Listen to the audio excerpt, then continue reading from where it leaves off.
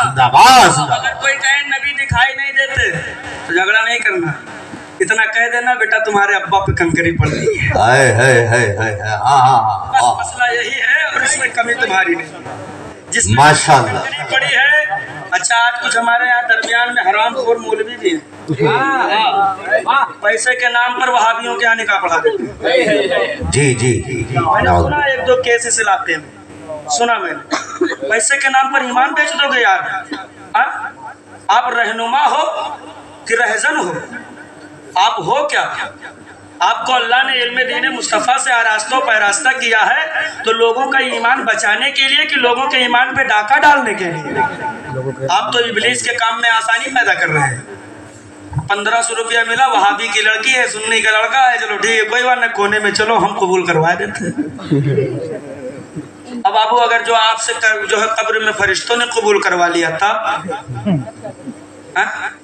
अल्लाह से डरने का वादा अल्लाह ईमान वालों से ही करे ना, अल्लाह से डरो। ईमान वालों में मौली साहब नहीं आते हैं?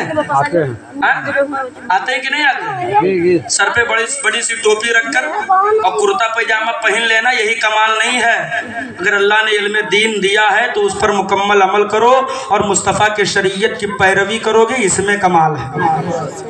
आप बंद करो हरामखोरी करना, तो कोई भी हो, वरना याद रखना कि अपने इलाके में उलमा मर नहीं गए अल्हम्दुलिल्लाह। आज भी बड़ी बड़ी शख्सियत मौजूद है बेटा, ये तुम पर्दे की आड़ में जो करते फिरो, जिस दिन मंजरे आम पे आओगे खलिया लिए जाओगे। इस चीज को बिल्कुल बर्दाश्त कतान तरीके से नहीं। कोई भी मौलवी किसी वहाबी क्या निकाह पढ़ाए फौरन इत्तला किया जाए। रिसिया के किसी भी मदरसे में, बहराइच के किसी भी मदरसे में उसको टांगो। 1500 2000 2500 2100 मिल जाए बस यार, ईमान पे डालो।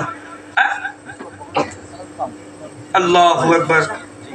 तावीज़ के नाम पर तो तुमने कौम को कम नहीं लूटा है, इसमें भी लूटने लगे। तावीज़ बेच करके अभी तक तुम्हारा पेट नहीं भरा था, अब जो है तुम ये कौम के ईमान को लूट कर अपना पेट भरोगे।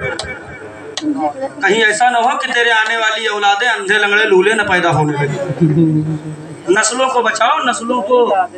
ये हमने हराम खाया है ना, ये हमने हराम कारियां की है, यही वजह है कि आज अकले टकले तुम पे राज कर रहे हैं। अंजे गंजे जिनको बाल की कोई कदर कीमत ही नहीं मालूम है, सुबह सबसे पहले छिलवाते हैं वो। अगर तुम यकीनन ईमान वाले होते तो तुम्हारा हाकिम कोई ईमान वाला होता।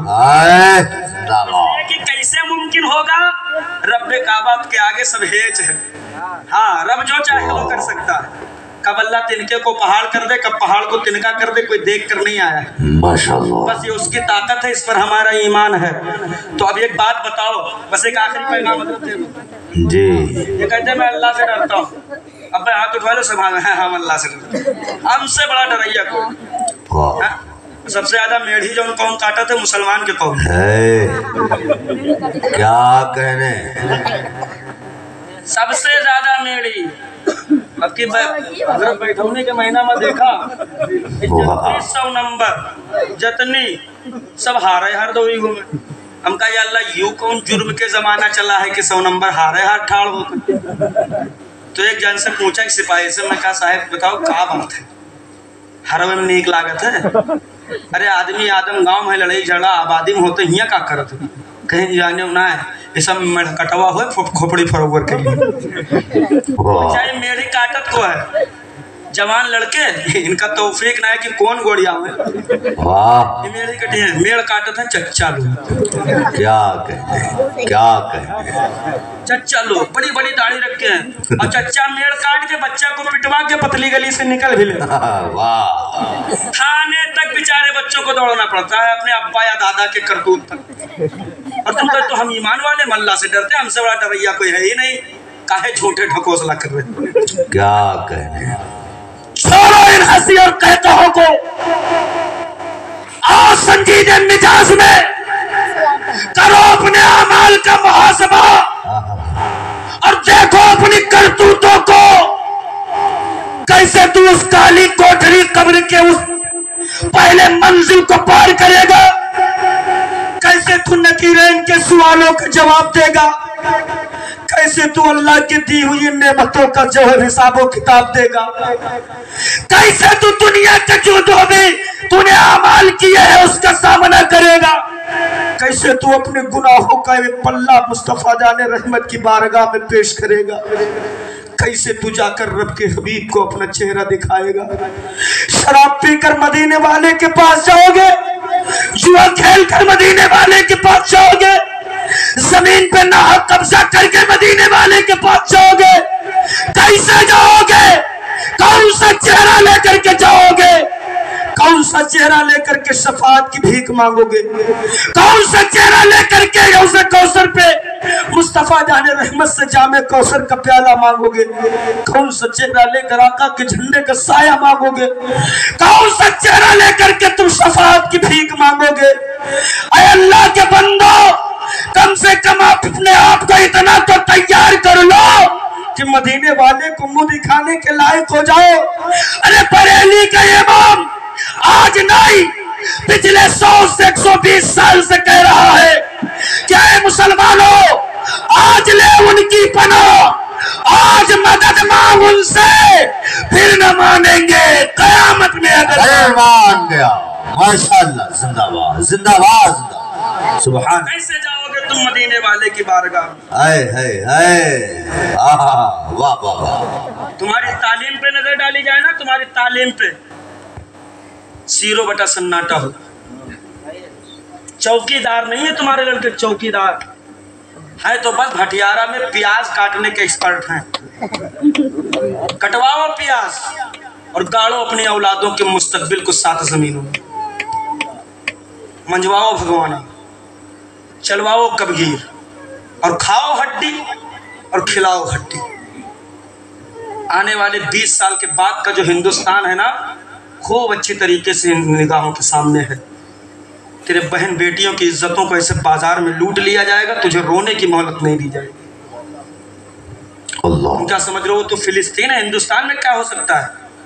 कौन देख कर आया है कि हिंदुस्तान फिलिस्तीन नहीं बन सकता?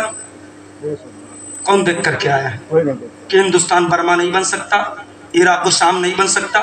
कौन देख करके आया, मुझे बताओ। अगर कहो कि हमारी कौम क्यों नहीं पढ़ाती है, क्यों नहीं ऊंचे ओहदे पे अपने बच्चों को पढ़ा रहे हो, बैठा रहे हो, क्यों नहीं इंस्पेक्टर कलेक्टर बैरिस्टर बना रहे हो, तो ये कौम रोना रोती है गुर्बत का। हमसे बड़ा मुफलिस कोई है ही नहीं, हमसे बड़ा लाचार दुनिया में कोई पैदा ही नहीं है। जितने बड़े हम फकीर हैं, इतना बड़ा कोई फकीर ही नहीं आया। इसलिए कि तंगदस्ती ने, गुर्बत ने हमारे घर में डेरा जमा लिया। और ये वो कौम है जो गुर्बत का रोना रोती है ना, इनकी शादियों में 25-25 गाड़ियां जाती हैं बारात के लिए। यकीनन इनके यहाँ वलीमे के लिए जमीनें बेची जा रही हैं। अल्लाह अल्लाह। इनके यहाँ बारात में लंबी कतार गाड़ियों की लगाने के लिए माँ बहन बेटियों के जेवरात गिरवी रखे जा रहे हैं। वो कौम रोना रोती है कि अपने औलादों को कैसे पढ़ाएं, और उसका नतीजा क्या है?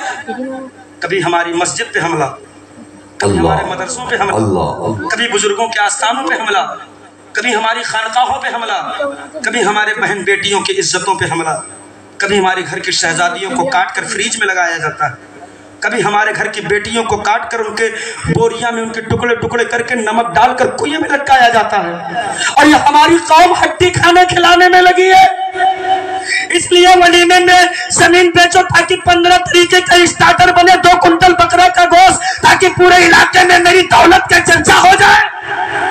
कब तक अपनी औलादों के मुस्तकबिल को जिंदा जमीनों में दफन करेगा? कब तक इन बेटियों की इज्जत को तू दांव पर लगाएगा? अल्लाह। कब तक माँ के पेट में पलने वाले बच्चों के मुस्तकबिल में तू अंधेरा भरेगा? कब तक के तू अपने घर की शहजादियों को, इज्जतों को बाजारों में नीलाम करेगा? अरे अब भी मौका है, पलट गया और बेचने का जज्बा अगर जमीन है ना तो उठ बेच, मगर हड्डी खाने खिलाने के लिए नहीं। अपनी औलादों के हाथों में पावर वाला कलम दिलाओ, ताकि कल जब तेरी आबादी की मस्जिद पर किसी पागल अड़ियल की गंदी निगाह पड़े, तब यही बेटा मैदान में निकलकर इमाम के कंधे से कंधा मिलाकर कह सके, हजरत फिक्र करने की जरूरत नहीं है, आप अंदर जाए, अकीदे के मुसल्ला आप बचा ले, कलम की शोर पर मस्जिद का मिनारा हम बचाएंगे। नारे तकबीर, नारे रिसालत, मसलके आला हजरा, रज़ाए मुस्तफा कॉन्फ्रेंस, मौलाना आजम खान साहब क़िबला जिंदाबाद जिंदाबाद। सुभान अल्लाह, वाह वाह माशाअल्लाह। इस बात का बिल्कुल कायल नहीं कि सबको इमाम साहब बना दो, माशाअल्लाह, मैं बिल्कुल कायल नहीं हूँ। उम्दा पैगाम कौम सबको के इमाम नाम। साहब बना दोगे तो इतनी मस्जिद कहाँ से लाओगे और नमाजी कहाँ से लाओगे? हाँ, इतना दीन मुस्तफा को दिखा दो कि वो अपने अकीदे की हिफाजत कर सके माशाअल्लाह, और नमाज के फराइज को जान सके, हक और बातिल में इम्तियाज कर सके। इतना उसे इल्म दीन मुस्तफा दिलाओ और फिर उसके हाथों में पावर वाला कलम दिलाओ। बनाओ अपने औलादों को कलेक्टर, बनाओ बैरिस्टर, बनाओ वकील, बनाओ जज, बनाओ एसपी, बनाओ डीएसपी, ताकि ये जो दुनिया आंखों में आंखें डालकर हमें ललकार रही है, जो एक बात बोलना चाहिए वो 100 बोल के जा रहे हैं, तो अपने हाथ, अपने बच्चों के, औलादों के हाथों में लाठी डंडा न दो, बम बारूद भाला न दो, उनके हाथों में कलम दे दो। कलम, अल्लाह के इज्जत की कसम खा के कहता हूँ, इस कलम में इतना पावर है, जो 1000 बोल कर जाते हैं, एक बात भी बोलना होगा तो 1,00,000 बार मर्तबा सोचने पे मजबूर हो जाए। जिंदाबाद जिंदाबाद जिंदाबाद जिंदाबाद, माशाअल्लाह माशाअल्लाह। इसलिए कि दौरे हाजिर में हमें तलवार की जरूरत नहीं है, हमें बिल्कुल जरूरत नहीं है तलवार की, ना हमें बम की जरूरत है, ना हमें भाला की जरूरत है, और ना मजहब इस्लाम ने हमें पैगाम दिया है। इस दौर में जरूरत है तो अपने औलादों को तालीम देने की जरूरत है।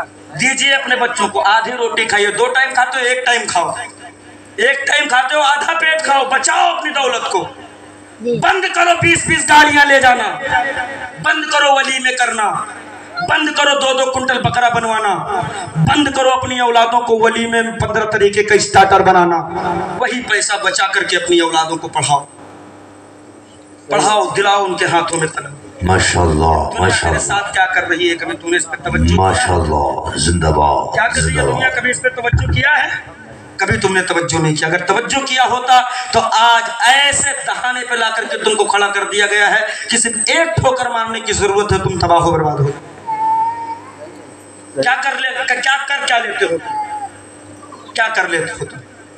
बेटियों पे उंगली उठे तो उठा करे, बस सोशल मीडिया पे देखे अब क्या होगा, मस्जिद गिरी अब क्या होगा, मदरसा गिरा अब क्या होगा, बिस्तर पे लेट के वीडियो देखकर अब क्या होगा से कुछ नहीं होने वाला, कुछ नहीं होने वाला है। तुम अनपढ़ हो, जाहिल हो, गंवार हो, किसी से बात क्या करोगे?